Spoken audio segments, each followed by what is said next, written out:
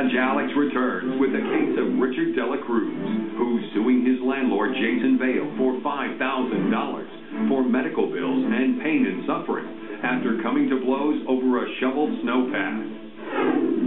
What's this a view of? See the white in the right backhand lower corner? Here. That's where my back was up against when this incident happened. This is your part of the house? This is the upstairs is my part of the house. So this door is the side door that leads to the driveway? Right. Okay. All right. And next picture. And this is, I guess, the door jamb that leads out to the street, to the driveway. Which is always shut unless I have an arm wrestling practice in the backyard where all the guys come. Oh, what practice? Yeah. An arm wrestling practice.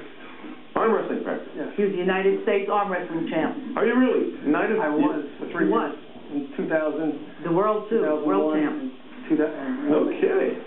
Wow. That's not going to help my case. That really is not going to help your case at all. Yeah. Okay, so now I have a picture of your house.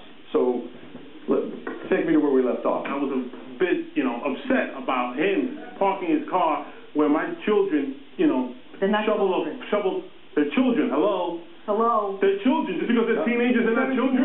What is the definition of children? One at a time. You're kidding me. They're not children. Ms. Vale, have a seat. I knew that was going to happen. How old are your kids? 15, and the other one's going to be 18 next month. Okay, all right. They're still children. Exactly. Thank you. You're upset because of that, and what do? What happens? Well, I go and I decide to talk to him. So I knock on his door. I say, hey, let's turn the tables around. What if I was a landlord and you were the tenant? How would you feel if I don't clean your snow? Exactly what he said. Would you like that? Well, I told you I wasn't shoveling the snow. I told you I wasn't going to do it. Blah, blah, blah. We already had this discussion. I say to him, listen, I need you to move your car because I'm not going to walk through the snow. I have sneakers on. I'm going to the gym. Don't be a 2-year-old and walk in the snow. Quit. Ms. Vale, really? Do we need the yelling from the cheap seats? No. Okay. So finish telling me the story. So then I said to him, so after he said that, no, he's not going to move it because it's his driveway and his house and this and that.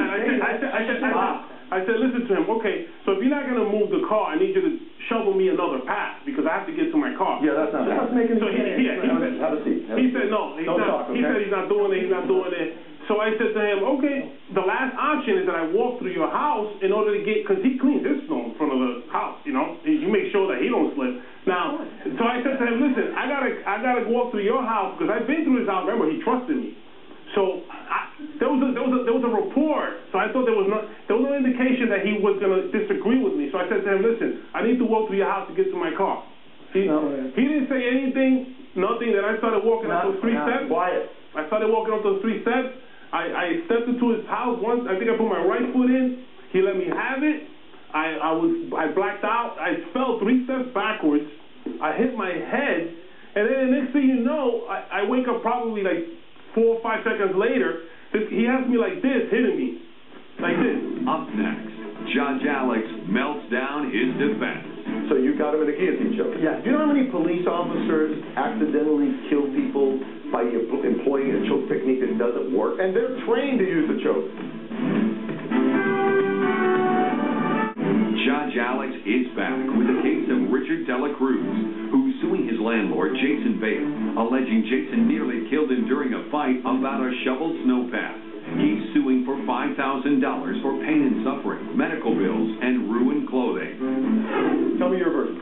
I opened the door, and he said, if you were the tenant, how would you feel? And I said, how would I feel? How would I feel? I said, I would feel like it was time for me to get up out of my bed and shovel my own snow. That's exactly what I said to him.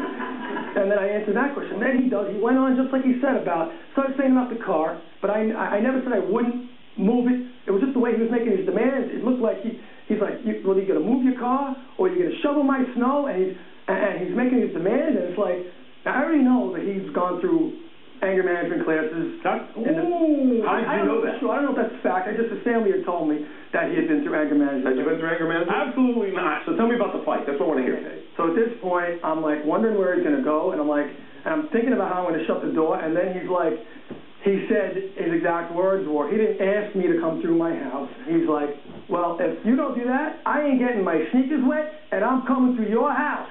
And he walked up, and I said, no, you're not. And that was when I just began to protect myself and my property. And that's right. And so tell me what you did. I thought that if I tried to just hold him and grab him, and he hits me or something, my whole cage is going to collapse. So what did you do? I hit him. You punched him? Yeah. Okay, and what else? Is that it, one punch? I do remember hitting him again, but when I hit him on the top of the head, and this is the truth, I hit him once on the top of the head, and I said, I am not hitting him on top of the head. And I just held my hand. He had a hard head. I remember that. Yeah, you can break your knuckles out. I know. So you hit him twice. I hit him, and then I gripped him under the neck, and I was trying to just make him faint, because he was too, just so I can call the police. You were trying to choke him out? Trying to make him faint so I can quickly get to the phone. Well, make him faint means choke him out. That's exactly right. Right. Okay. Well, why did you think to choke him out? Do you have any skills in that area? In guillotine chokes or MMA, anything like that? I have enough to know that it's called a guillotine choke.